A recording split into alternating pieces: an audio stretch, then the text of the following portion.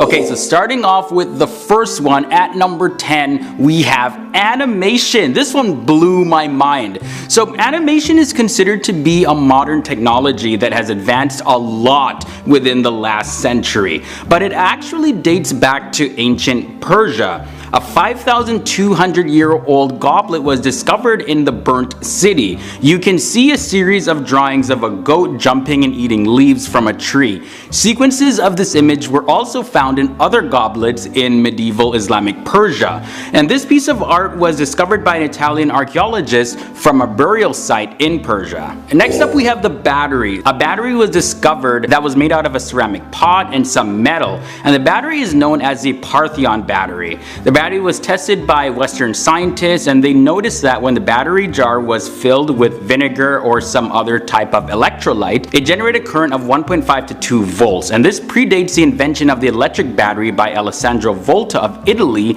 in the 1800s. Next up we have human rights. So this thing right here, the Cyrus Cylinder, it's recognized as the world's first universal charter of human rights.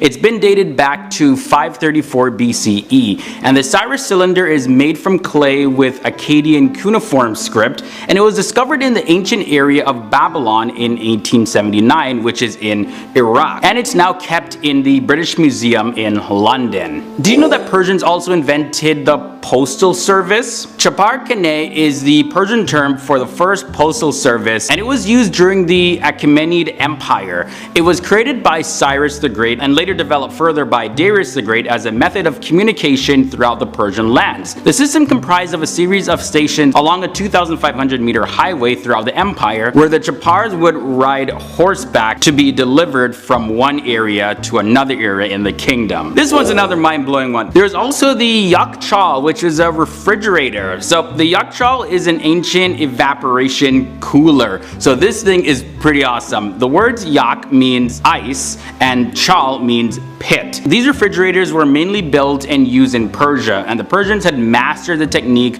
of building and using the Yakchal by 400 BC. The structure above the ground was dome-shaped and had subterranean storage space. The underground spaces were up to 5,000 cubic meters in volume, and many of these are still standing today. Cold air entered the structure through the base. The cone shape of the Yakchal made the remaining heat flow upwards and out, which caused the inside to remain cooler than the outside temperatures. The ice was created in the winter and it was stored in the Yakchal for the summer. The Persians were just brilliant. Also, algebra has its roots in ancient Persia. Muhammad bin Musa al-Khwarizmi was a Persian scholar who lived from 750 to 850 AD. His work spanned from mathematics, astronomy, geography, and today he's best known for his method through which he taught algebra as an independent science. And this is why he is known as the founding father of algebra. Then there's also sulfuric acid. Abu Bakr Muhammad al-Razi, he was a Persian astronomer, geographer, and mathematician, and he discovered sulfuric acid, also known as vitriol. It formed the basis for chemical engineering in modern chemistry, and sulfuric acid is used in many things like fertilizers, detergents, and a bunch of other stuff. There's also the use of the alphabet. During the mid-6th century BC, the Persian Empire of the Achaemenid dynasty rose to supremacy, and it spread across Mesopotamia as well as Afghanistan. The Old Persian language developed during the early history of this dynasty, and Old Persian is classified as a syllabic script, and many sounds began to be spelled with a combination of characters rather than having its own unique symbol.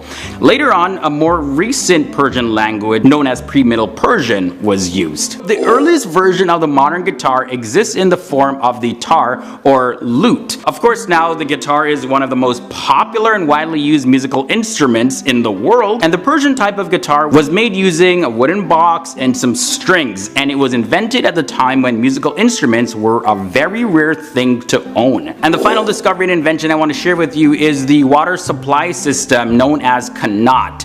In the early days of the Persian civilization, a very well designed and managed water supply system existed, and it still exists today. The canal was an underground channel that was used to carry water from the water well to fields as well as houses, and its origins can be traced back to the first millennia BC, and the tunnels that made up the canal were several kilometers long and were actually dug by hand. Starting at number 10, we have alcohol. Yeah, a lot of you commented in part 1 saying, hey, you forgot alcohol. I didn't forget alcohol, I just didn't put it in the video because I can only fit 10 in.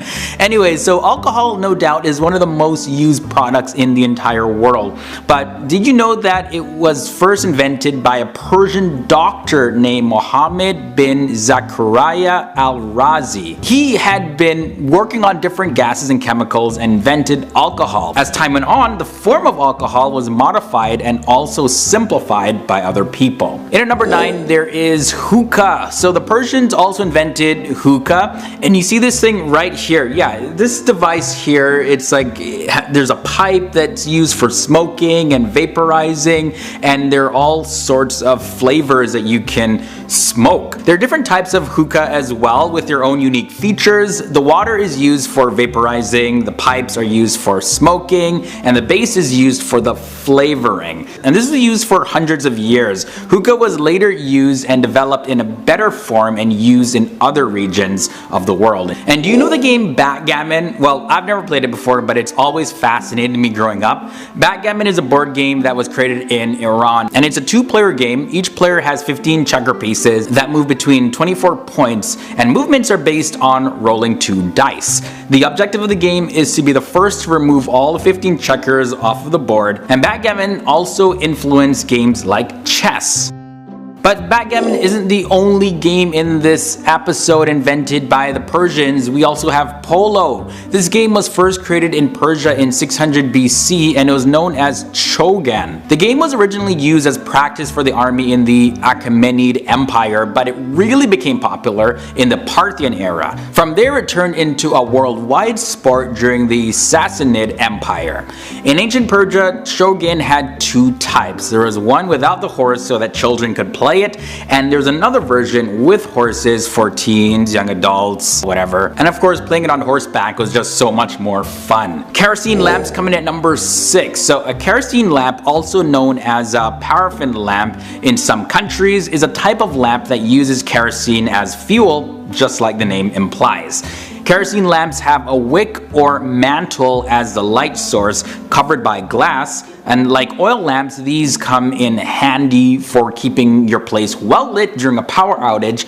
They are often brought on camping trips as well as a backup for battery-powered flashlights. The first description of a simple lamp using crude mineral oil was provided by the Persian alchemist al-Razi in the 9th century Baghdad, who referred to it as the Nafata in his Kitab al-Asrar, known as the Book of Secrets. Okay, grab is at number 5. A grab is a mechanical device with 2 or more jaws, and grabs can be used for things like dredging, loading and unloading ships, and salvaging. The mechanical grab, specifically the clamshell grab, was invented by the Persian Banu Musa brothers and described in their book of ingenious devices in the 9th century.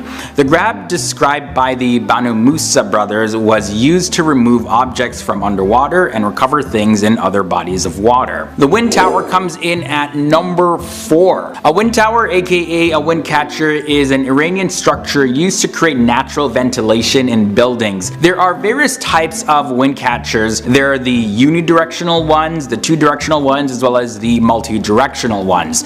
They were used in ancient Iranian architecture, and you can still find wind catchers in Iran today, as well as in Persian-inspired architecture in places like Pakistan and Afghanistan. Here we also have the Panamone windmill. So a Panamone windmill is a type of wind turbine, and it has a vertical rotating axis with horizontal wind catching blades. The earliest known windmill device was made by the Persians, and it was in the Panamone design. When the wind blew, the windmill turned, and there would normally be a grain grinder attached to it or some other type of device. Now, the earliest recorded windmill design was found in Persia and is believed to have been invented between 700 and 900 AD. Wind powered machines may have been known earlier, but there's really no clear evidence of windmills prior to that time period. At number 2, we have the Book of Healing and the Canon of Medicine. Abu Ali bin Sina was a Persian physician, astronomer, and a philosopher of the Islamic Golden Age. Now, when he was only 18 years old, he started to record his most important works, including an encyclopedia of medicine, the Book of Healing and the Canon of Medicine. Now, the Canon of Medicine was considered an authority in the medical world for centuries. It set the standards for medicine in medieval Europe and the Islamic world, and was used as a textbook throughout the 18th century in Europe. And it also actually still is used in Unani medicine, which is a form of medicine practice over in India. And finally, at number 1, we have Zoroastrianism. This here is considered by many to be the world's oldest monotheistic religion, and it was founded by the prophet Zarathustra over 3,500 years ago in the city of Yazd, which is now in Iran. It's estimated that there are about 200,000 Zoroastrians today, and Zoroastrians worship a god called Ahura Mazda and believe that fire is an element that represents the light and wisdom of this god. Zoroastrianism also influenced the Abrahamic religions, and it was the official religion of several areas of Persia until the 7th century AD, after which Islam became the dominant religion in that area.